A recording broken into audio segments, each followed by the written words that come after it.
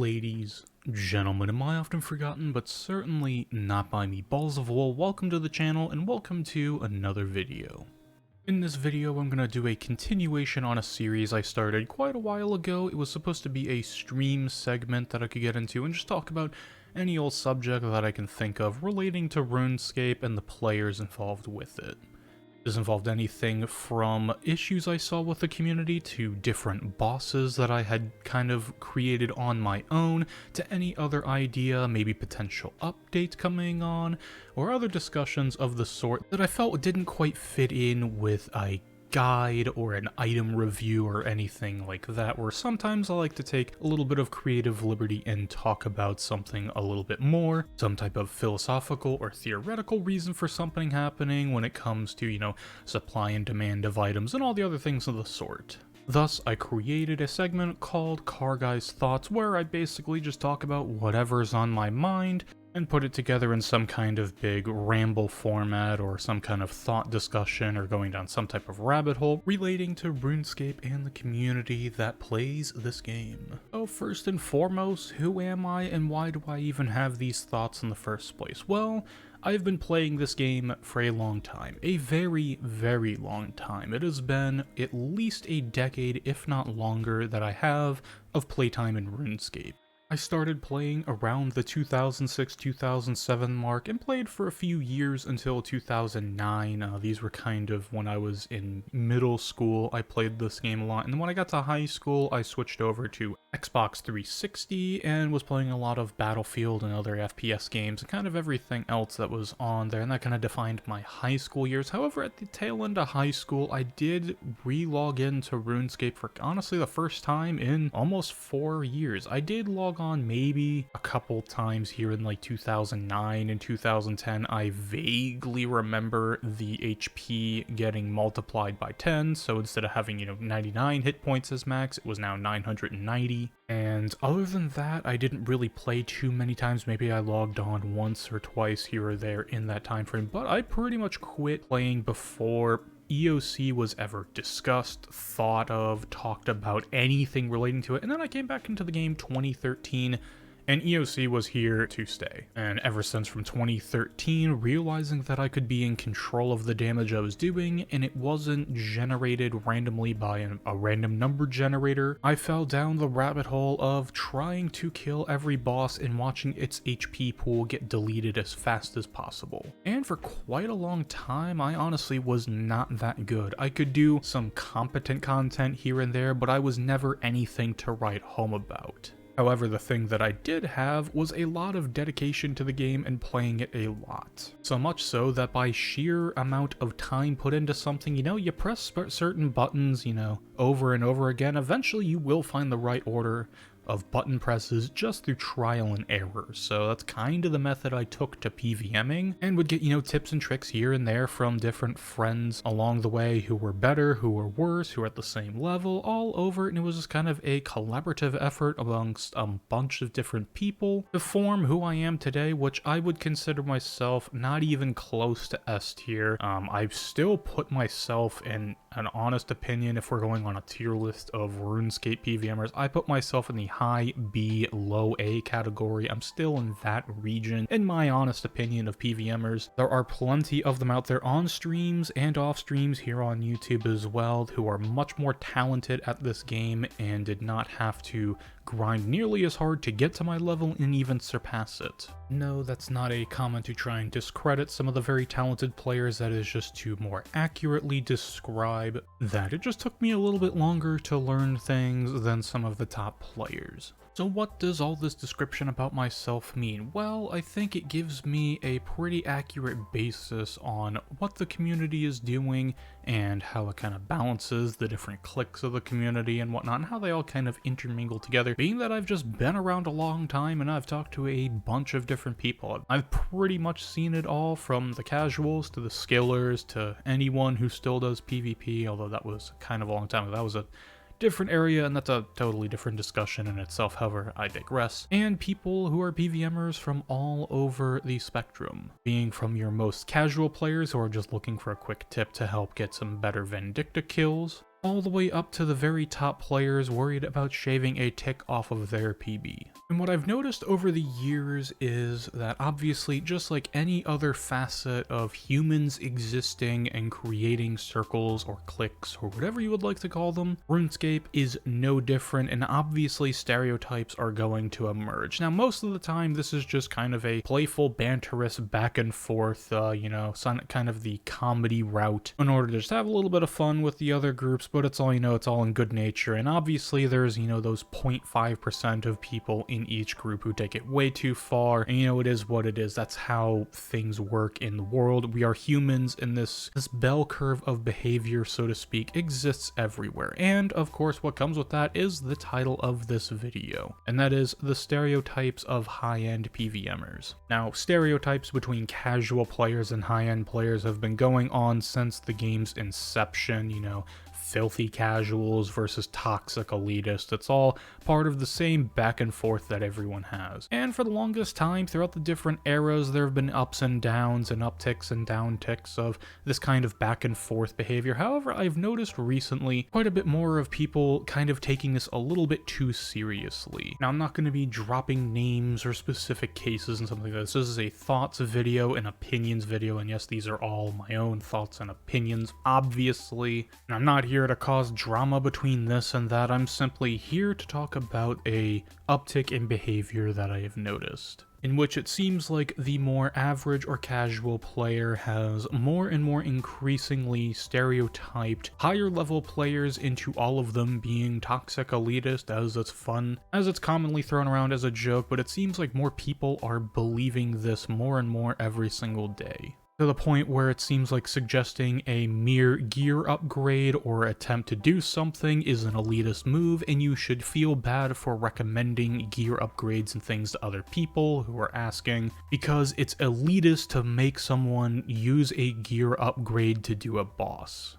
With the extreme variant of this argument or idea being that players should be able to have no requirements to make good GP per hour and have it be AFKable, and just everyone gets all the GP. Now, no one in their right mind would come out and actually make this argument as something for the game that would be good for everyone to go ahead, but it's just kind of an extreme example of where this line of thinking could potentially go, and maybe help dissect and look deeper into where this uptick in behavior has come from. So to start off with examples that I have noticed, the main few that come to mind are when I'm watching Twitch streams. I watch a lot of different streamers, I follow a lot of different RS streams. I'll pop in here and there with a bunch of different streamers, and I've noticed an uptick in examples of the stereotyping, being that people either have to, when discussing about high-level people who just always flame their neck beards that have no social skills and they can't talk with anyone, so they always resort to anger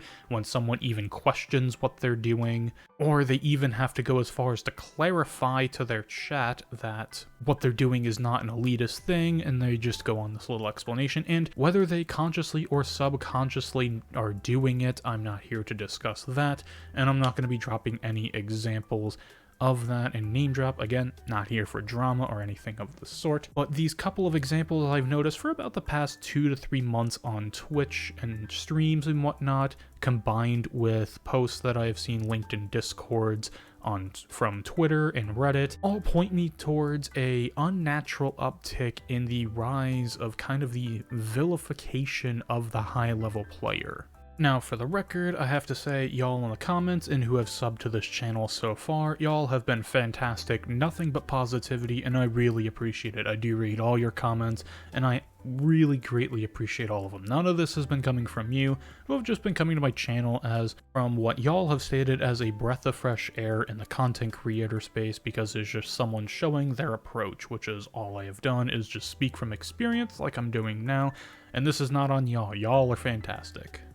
So finally, delving into the meat and potatoes of why this is happening, we're going to take a stab at it from both sides of the argument, try and figure out where it is coming from, why is it happening, and talk about examples from both sides to kind of figure it all out. So first off, we have a casual player base who is much larger in numbers than the top 5 or 10% of PvMers who are doing the higher level content. Naturally, when you don't have as much skill as someone else and you're watching them do something, you're gonna feel a little bit of intimidation and a little bit of insecurity because you're not able to do the things that they do. This is natural human tendency.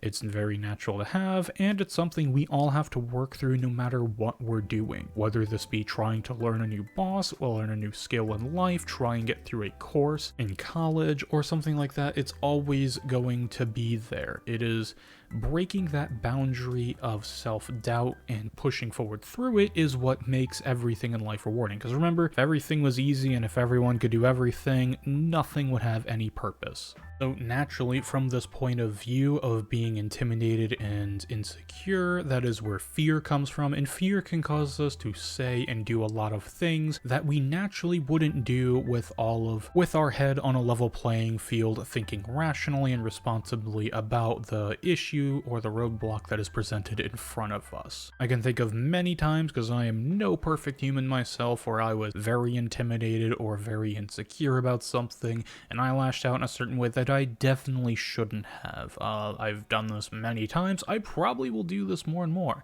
However, being that I now have experience and understand this as a thing that I do, I very much try and work on it just like anyone else to be a better person. So should you find yourself in this situation and anywhere in life, but as it relates to RuneScape, if you find yourself being very intimidated by a high-level player, push through that boundary and be rational with them. Feel free to ask questions. Most high-level players, if not 90% of them, are more than happy to answer your questions, just like I have in my streams and whatnot. Most of them are just like me and are happy to answer questions and talk about things relating to PvM, being that is what we're very, very interested in. And I would personally recommend for anyone who is really running around and using the words toxic elitist a lot, it as a joke sense, I have no problem with that. In the world of comedy, I personally don't think there really should be any limits because it is an act of comedy. However, in serious discussion, if you're seriously running around calling people toxic elitist and using that as a label to not deal with yourself and become better as a person, then you are just as big of a part in the problem as the people on the other side of the aisle that truly do have that type of insecurity but are just tossing it the other way. Speaking of which, I do have to mention that yes, this is the other way around, and there are high-level players who will trash on lower-level players as kind of a bullying tactic to make themselves feel better about their insecurities. And yes, that is right, there are high-level players who have insecurities and they lash out in fear on those insecurities. Taken for example, so anyone who learns a little bit about a subject and then pretends to be a subject master just because they learned, the little iceberg at the top, whereas your average person probably doesn't know that, and they try and use that as a type of flex on the other people who just happen to not know any better. It kind of takes advantage of those people, and it is another form of kind of nasty behavior. Which then begs the question for both types of mindsets here. How many players are actually out there in reality who think and act like this? And from my experience, it is more of the common notion of there is a silent majority and a vocal minority. Most of the people that are silent are normal, happy players because they don't have anything to really complain about or talk about because they're happy with the product. They're learning the processes, they're doing what they want to do in game, and they're just overall happy just playing the game for what it is. Whereas people who are acting out of fear or acting irrationally or acting in these nasty kind of behaviors and want to complain about things either one way or the other tend to have a motivation for doing this and talking about it in other places, which is why negative interactions tend to be much more popularized than they actually are in online culture, simply because it's what's out there. People have a reason to comment or make a post or make a tweet or say in a stream chat and talk about something negatively or roast someone for whatever reason it is, because that's kind of where it comes from.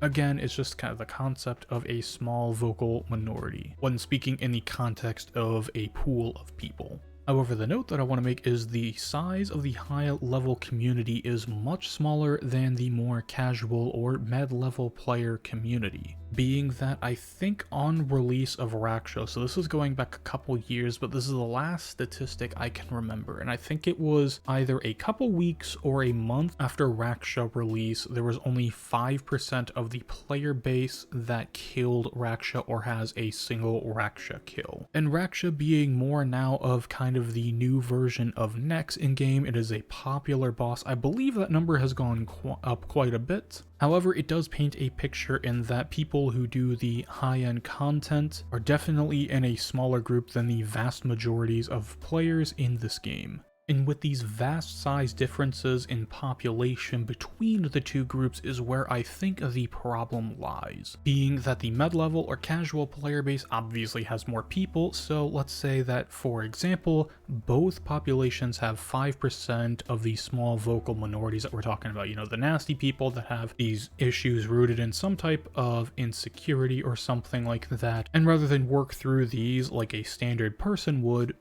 they lash out. And well, let's just say, for example, for argument's sake, that it's 5% of the player base. Well, 5% of the high-level community is going to be a lot smaller of a figure than 5% of the mid-level or casual player base. And so when you have a lot more people that are thinking this way, that negativity is going to spread through things such as, you know, confirmation loops, confirmation bias, echo chambers, whatever you would like to use as a term there. All of these things can lead into a group and they can grow over time. Now, normally a population will control this, and the large majority of the people in the population will see that the negativity is growing and then do a little bit of culling of the herd within that population on those ideas and say, no, this isn't the case, you're being ridiculous, these claims aren't true, you know. And usually the people who have fallen into this and growing negative behavior will usually snap out of it and go back to the majority of the population where the kind of normal rational ideas are being held.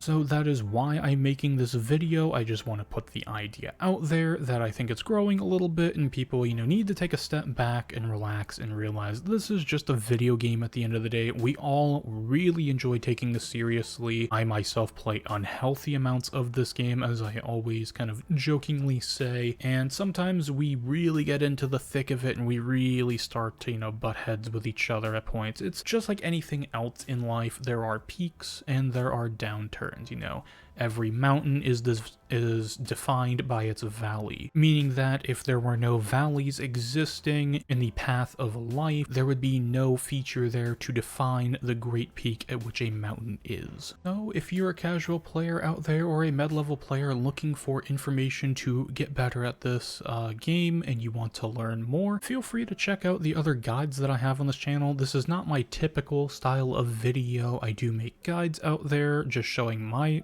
approaches to how I play this game, and sometimes once in a while I'll include a budget setup here and there. I just recently did a budget video on Art Glacore showing that low-cost gear can go quite far and even take on Silver Iceborne as a challenge. I took that same preset to Raksha and Hard Mode Carapac and showed that it can do a lot, and also just my other general presets, being that I don't try and claim that they're the best guides out there, they're just how I play the game and what I have found to work over time from experience. Another very, very good resource is the PvMe Discord. discord.gg/PvMe probably has more information than most people could read or take in months of time. It would take you months to learn everything that's in there. It is a wonderful resource written by a giant community of high-level and mid-level players alike for different things of this sort, and is a wonderful resource to go and peruse. I definitely find myself checking in there from time to time just to see what they have to say about certain bosses, because just like y'all out there, I'm still learning as well every single day in this game, and we are all on the path to full send. I will have links in the description below for my guide playlist and for the PvMe Discord, as well as for a couple other resources that I find. The ladies, gentlemen, and balls of wool out out there. To wrap up this video, remember that everyone out here playing this game is human. We are all people out there and deserve to be treated as such. We don't need to dehumanize each other. We don't need to label each other and toss each other into groups. We can all sit down and have rational discussions and learn new things about the game just as we always have. And most importantly, just be respectful to one another. It's okay for mid-level or casual players to ask questions, and it is more than likely that most of the time you will get a nice and timely response from a high-level player, because we're kind of obsessed at the end of the day when it comes to PvM, and we love sharing this passion with everyone out there. Anyways, I'm Car Guy. Thank you very much for listening. Have a wonderful morning, evening, afternoon, nighttime, whatever it is, wherever you are, and I will see you next time for the next video. Peace.